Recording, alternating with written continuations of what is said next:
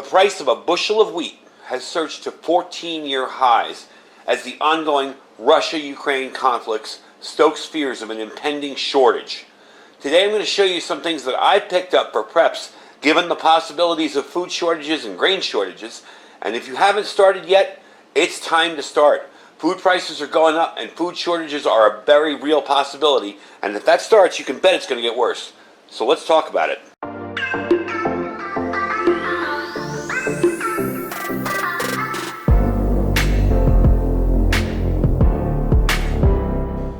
Hey everybody, welcome back. So before we get started today, I want to give you guys a heads up. If you were subscribed to a channel called Survival Living, his channel got hacked.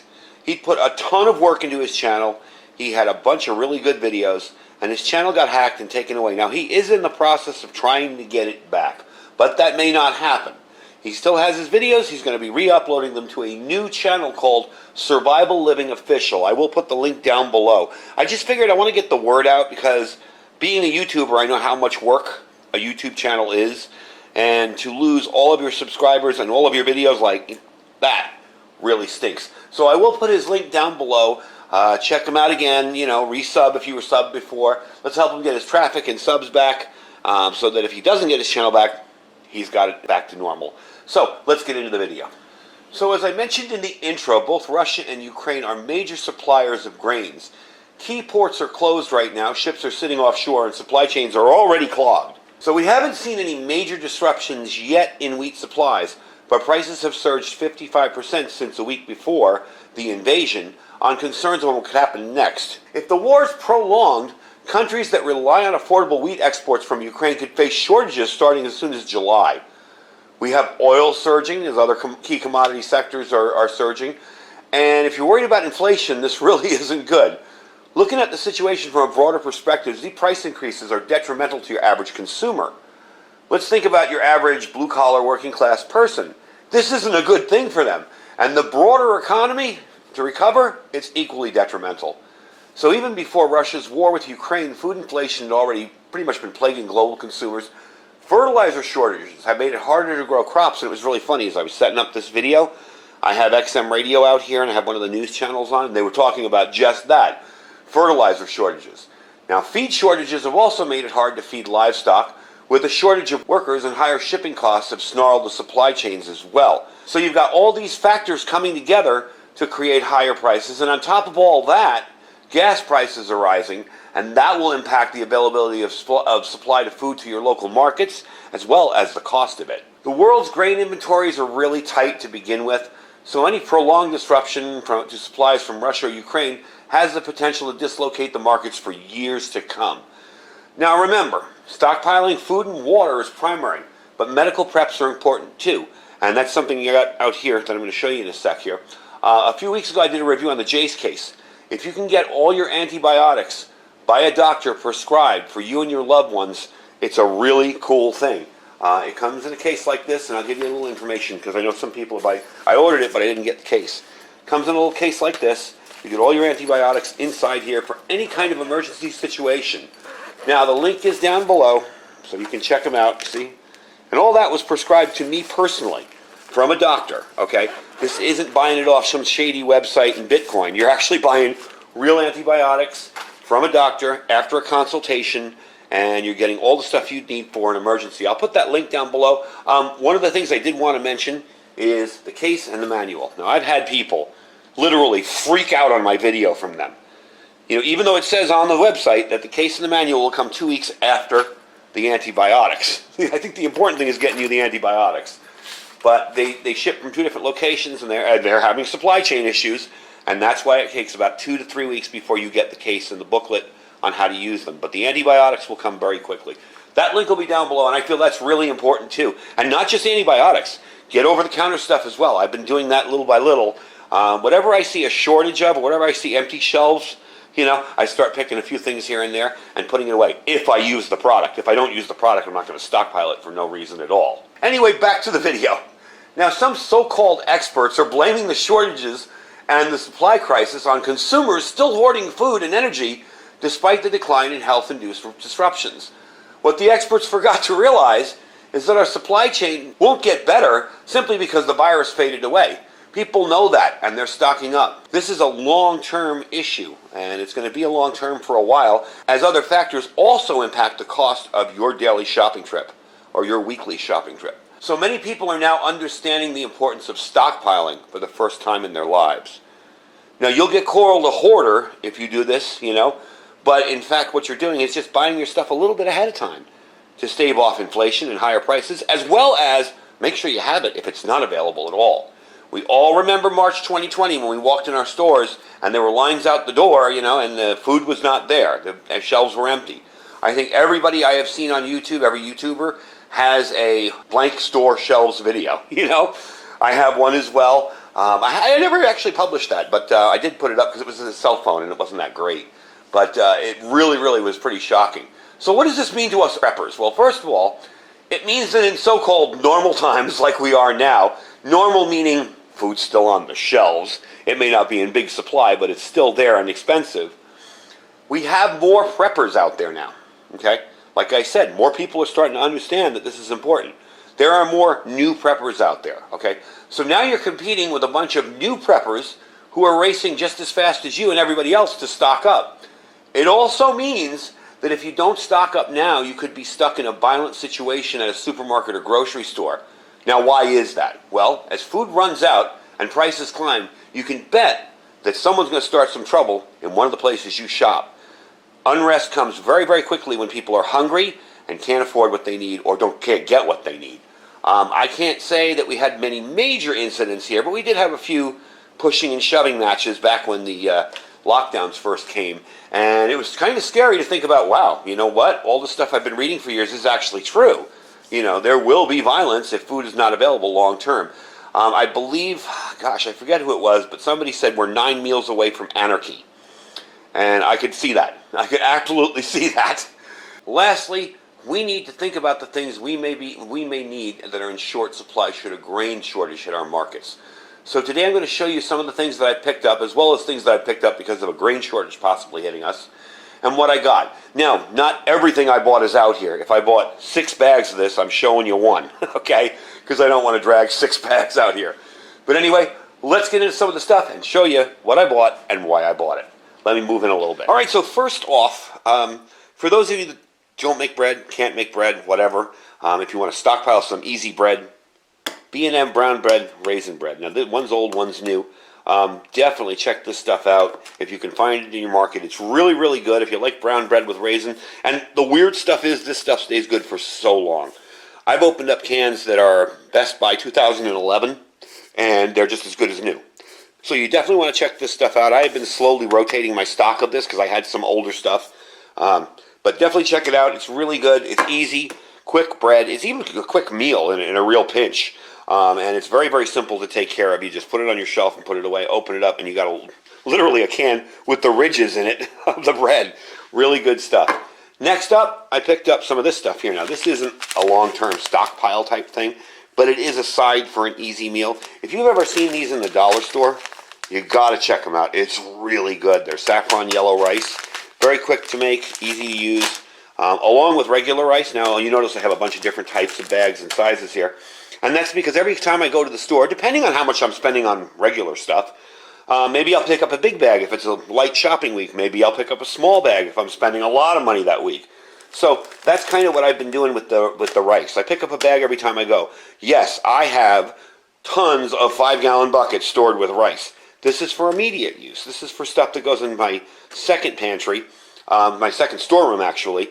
And when I'm out of rice, I just go in here, grab a bag, dump it in my in my storeroom. I keep it stored in a big plastic container, so I know when I'm running low, I go into my secondary storeroom there and I grab that and I pull it out. But I do have long-term rice stored. This is just because I've been seeing this out in a lot of places. So when I see a small bag, I'll buy one. I'm not buying hundreds of them. I'm not hoarding them. I'm not buying them because I don't use it. I use a lot of rice. Next up, I got some elbows here, elbow macaroni. I bought some ziti and some regular pasta as well. If you have been shopping locally in your stores, you've noticed that the pasta shortage is real. Again, a grain, a wheat supply, whatever the stuff is made from is in short supply. That's the easiest way for me to explain it to you. You definitely want to get some pasta ahead of time. This will be going into a sealed bag with oxygen absorbers, as well as the other stuff too. I just brought it out here because I literally shopped for some of this stuff yesterday and wanted to bring it out here. Next up, flour. Now you notice I have a bunch of different types of flour. I even have some whole wheat flour back there.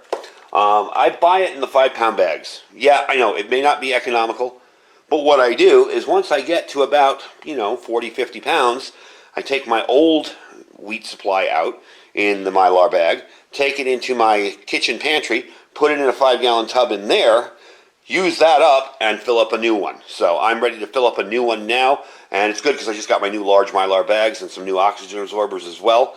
And these are really cool oxygen absorbers, by the way.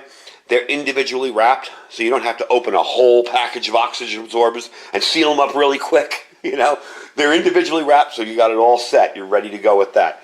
Next up, macaroni and cheese. I do eat it. It's not health food, but it's a good side dish. And I'm also noticing that in short supply in our stores. I'm seeing off brands of it. That's usually a hint when you start seeing weird brands of stuff, that they can't get the regular stuff and they can't even get their generic stuff. So it's like Joe's mac and cheese, I'm like, who the heck is that? So I did see this yesterday. They were 5 for $1. I bought 10 of them. And that's pretty much what I did with that. Next up here, now this is more for the channel use and for my backpacking videos and when I'm cooking outside, stuff like that. Ghee packets. These are basically clarified butter, individual packets. So instead of carrying, a tube of olive oil or whatever, you just take a couple of these little individual packets here and stuff them in your backpack, and you've got butter to cook with, to lubricate a pan when you're cooking in it. So I did pick those up. They're expensive, by the way. That was $8, and I think there's 8 packs in there, so that was $1 a pack. So we're not going to be wasteful with these things, but I did think they were really cool and really handy. Next up, dry whole milk. I am going to be doing a video on food storage food that's way past its prime. I have a couple cans that were given to me. We had a free cycle group here in town, and one was noodles and the other one was powdered milk. And I'm going to open those up on camera. We're going to see if it's still good. They were canned in the 70s. And some of the cans have a little outside rust on them, but their integrity is perfect. There's no issues. They were canned in the 70s, I believe in a Mormon cannery because they have that little label on there. And I think one was 73 and one was 74. And I've been saving them because it's like, hey, you know what? If I really need it really bad, I have them. But I want to open them up because I've long since replaced them. But powdered milk is really, really handy. There's so many recipes that call for milk. This stuff here I've been told. Now, I haven't tried this yet. I have other powdered milk that I stored and tried. This stuff here I've heard is the best. It actually tastes like milk when you mix it up with water. So I'm thinking more for like cereals and stuff. That's going to be good to have with it. As well as just better to bake with. Over here on top, you'll notice I have some baking powder and some yeast. I picked that up too. I like to keep my yeast in my little freezer in my storeroom. That way it stays nice and cool.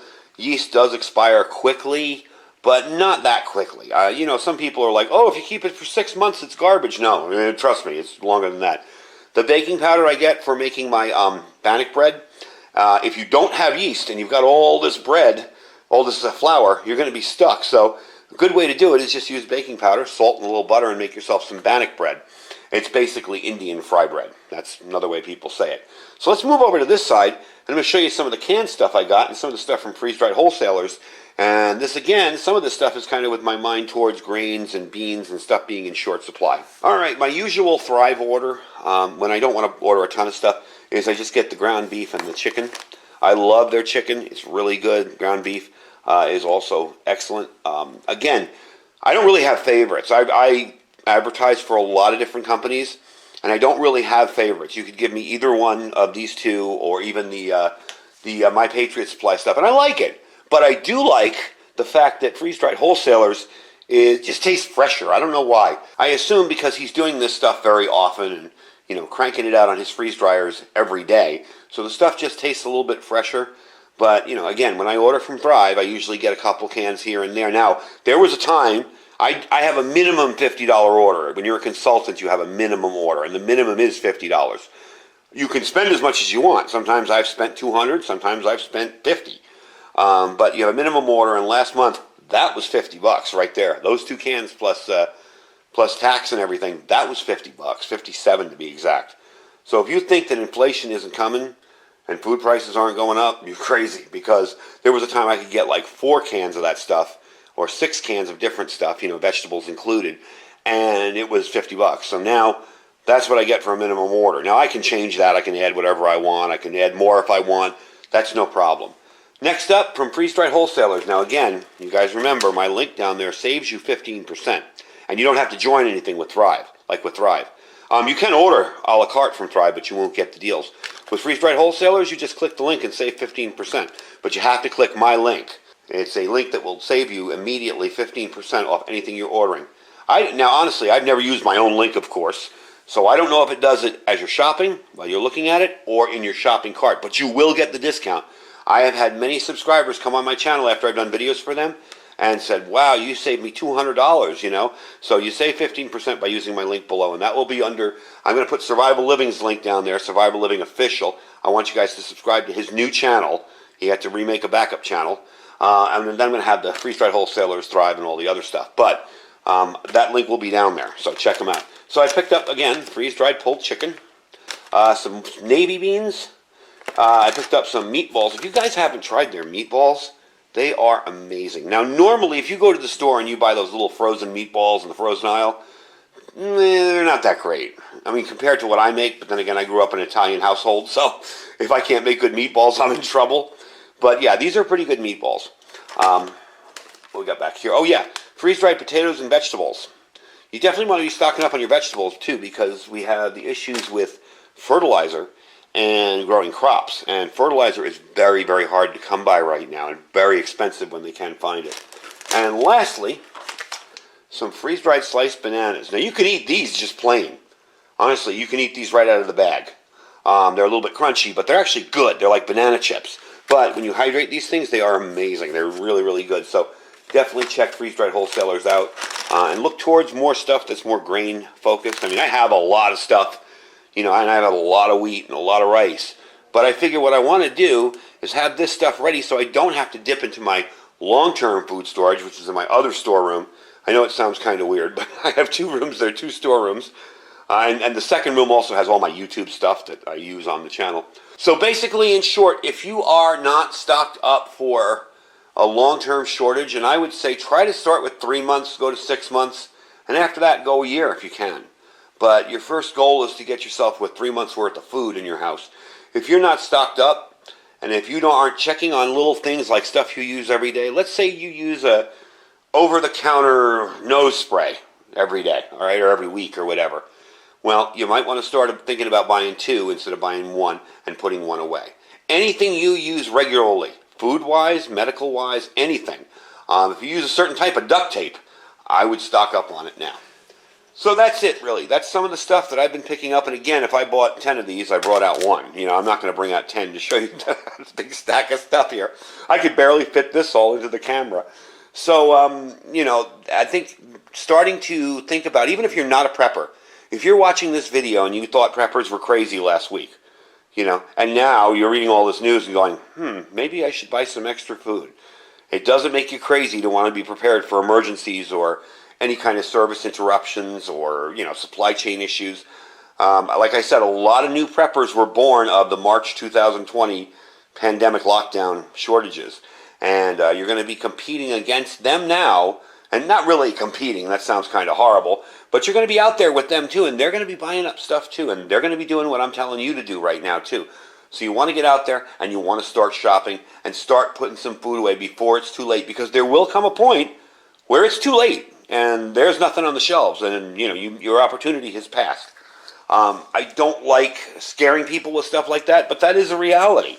After a point, there won't be anything left. So anyway, folks, leave a thumbs up if you liked the video. Don't forget to check out all our links. Like I said, I want you guys to subscribe to Survival Living's new channel. His old channel got hacked. That will be down below. Below that will be our freeze-dried wholesalers link. Clicking on the link saves you 15% just by clicking on the link. There's no codes. There's no fancy footwork. You just click the link and shop. Below that, we have our Amazon affiliate store. That store will have everything that I've reviewed in the channel that's on Amazon. Also, too, some other survival gear that I recommend that you pick up. We also have our My Patriot Supply link too, and if you want to go with that for stocking up, that's a good way to do it. You can do the 3-month food supply right now with $150 off, or the 4-week food supply with $50 off. So it's definitely a way to get started if you haven't started yet. And if you're going, oh my God, what do I do? I don't have time to shop. And go there, click, pay with your credit card. You're done. It's on the way. All you got to do is store water to rehydrate it. And our Thrive Life link down below. Don't forget, check that out. They have some really good food. I love Thrive Life. So don't think that I'm like going one against the other. I love all freeze-dried food that I get, and I show you on the channel. I've had freeze-dried food that was nasty, and you notice it's not on this table. So definitely check them out. Anyway, folks, thank you for watching. Stay safe and stay prepared.